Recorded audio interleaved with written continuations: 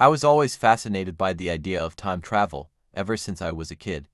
The notion that one could move through time, see the future, or revisit the past was endlessly captivating. By the time I reached my early 20s, I was determined to make this dream a reality. My name is Marcum, and this is the story of my quest to build a time machine. It all started in 1995 in my small home in Missouri. I was experimenting with a Jacob's ladder device that produces a continuous arc of electricity. For most people, it's just a cool visual effect, but I saw potential.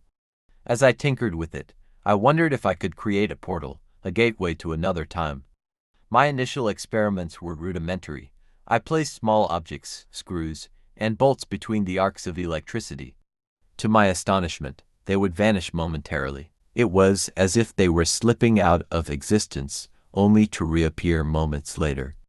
Encouraged by these early successes, I decided to scale up my experiments. I needed more powerful equipment. That's when I made a reckless decision. I took a 6-foot-tall transformer from a nearby power station. It was a critical piece of machinery that I believed would provide the necessary power for my time machine. My actions didn't go unnoticed, and I was arrested for theft. The authorities didn't understand what I was trying to achieve. They only saw a young man meddling with dangerous equipment.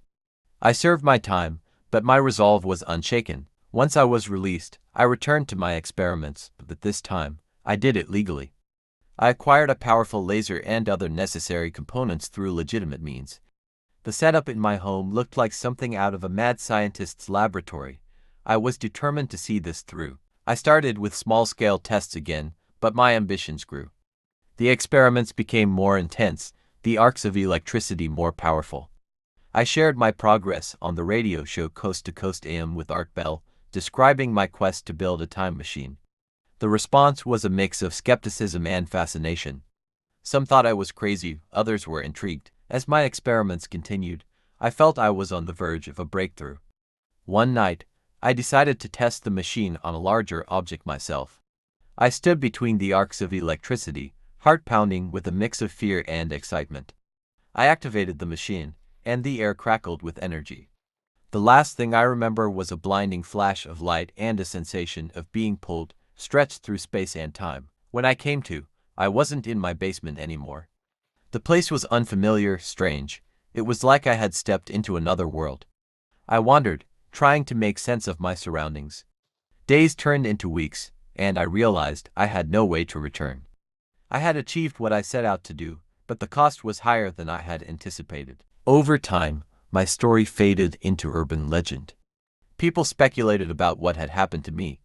Some believed I had succeeded in traveling through time and was lost somewhere in the future or the past. Others thought I had met a tragic end. My name is Marcum, and my quest for time travel took me away from everything I knew. Whether I am lost in time or have become a part of it, I hope my story serves as a reminder of the endless possibilities and the risks of pushing the boundaries of science.